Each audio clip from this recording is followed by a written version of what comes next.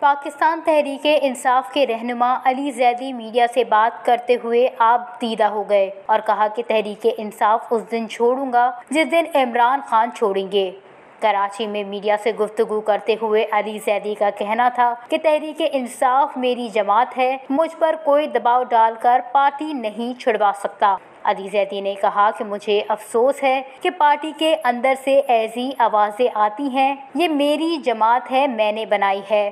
ان کا یہ بھی کہنا تھا کہ میری سیاسی پیدائش تحریک انصاف میں ہوئی، میں عمران خان کے علاوہ کسی کو سیاستدان نہیں مانتا۔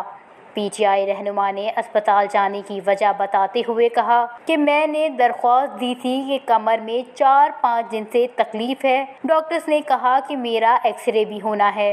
انہوں نے پرتشدد واقعات کا ذکر کیا اور کہا کہ 9 مئی کو جو ہوا وہ دہشت گردی تھی۔ 9 مئی کے واقعات کی مذمت کرتا ہوں، کبھی تشدد کی حمایت نہیں کر سکتا۔